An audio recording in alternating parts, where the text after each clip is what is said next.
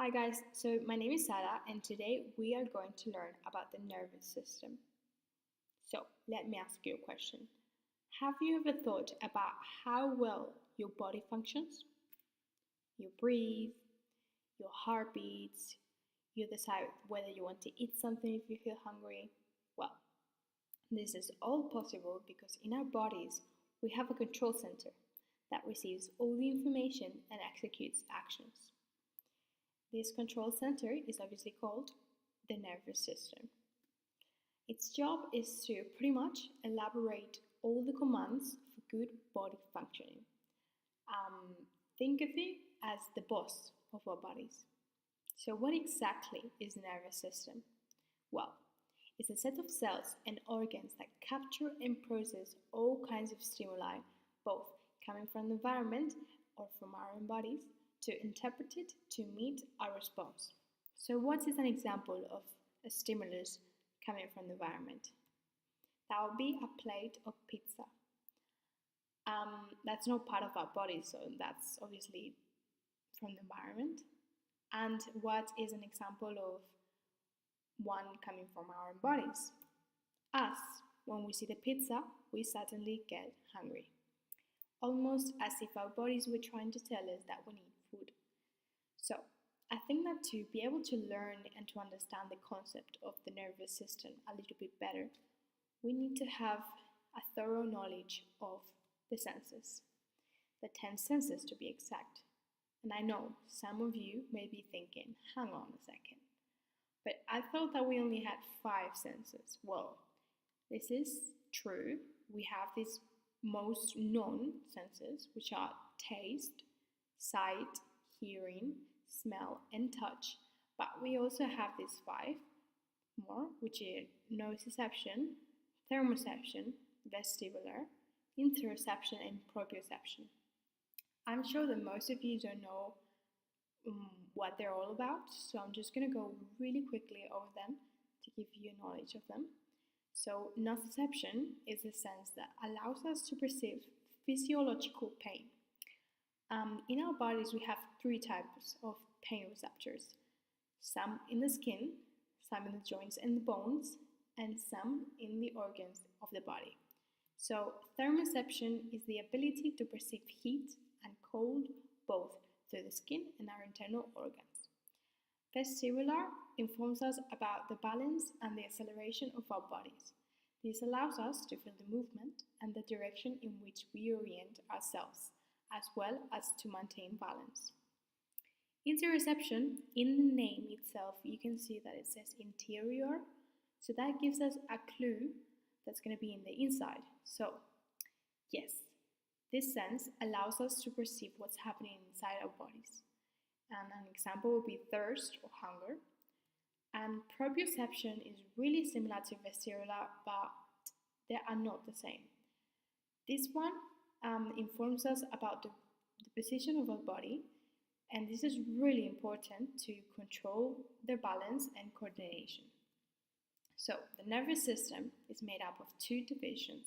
We have the central nervous system and the peripheral nervous system. In the central, we have the encephalon and the spinal cord. So, the encephalon is the boss, I guess you can say. This is the one that gives the commands to the rest of the body. And the spinal cord is also really important because it's the thing that connects the encephalon to the rest of the body. And we also have the nerves. These nerves are really important. Think of them as the cables of a computer. Thanks to them, the information gets carried to the entire body. So, encephalon. Maybe you're wondering, wait, hang on. That was a brain. That was not an encephalon. Why did she call it like that? Well, a brain is part of the encephalon, but it also has many other parts, as you can see in the picture. And yes, they're colorful, but that's only to distinguish the divisions. But a brain would look like this from the outside. So, a neuron, I'm sure that some of you may know the parts of one, but these ones are the ones that make up the nerves.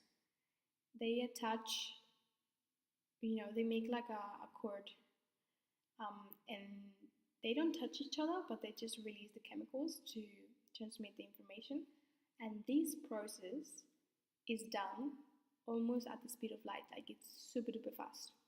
So, the peripheric nervous system is also made up of two divisions: the autonomic, which is all the unconscious movements that our body does without us noticing, like, for example, the heart rate, the digestion, all of those things. And the somatic is completely the opposite. It's all the voluntary movements and reflexes that our body does. So, an example would be when we get a glass of milk, when we touch it and it's too hot. The reflex will be to obviously to get the hand away, but we can keep the hand even if it's burning. Obviously, we wouldn't want to, but we could. So that's a voluntary movement. And in the somatic, we have two divisions: the sensory, which are all the afferent nerve fibers, and the motor, which are efferent nerve fibers. I'm going to explain which one is which and what they do with an example so that you can understand better. So when we touch the glass of milk, it's hot.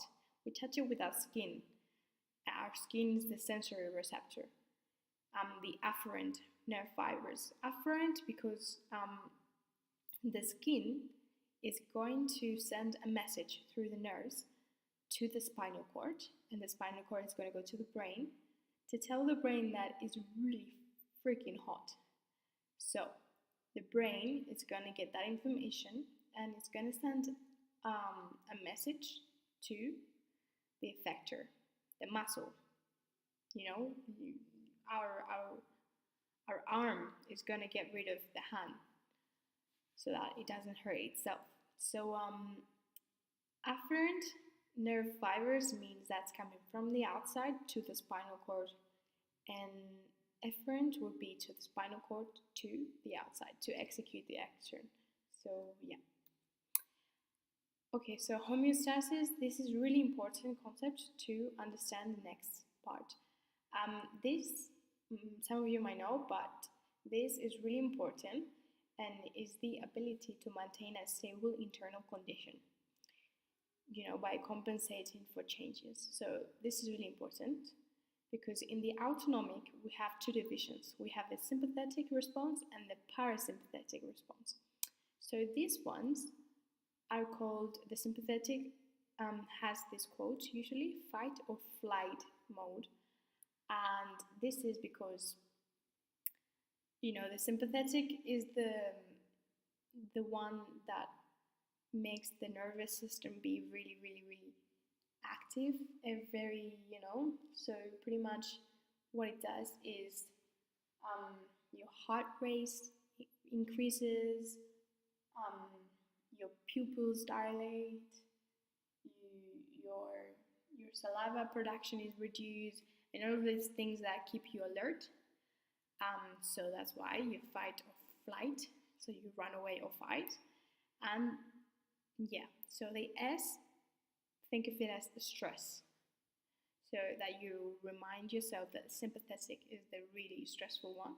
And the parasympathetic, rest and digest. Well, this is the one that makes your body relax, to make digestion and all of these things. So yeah, so pretty much your saliva is increased, the digestive system starts to work, your heart rate drops, your muscle relax.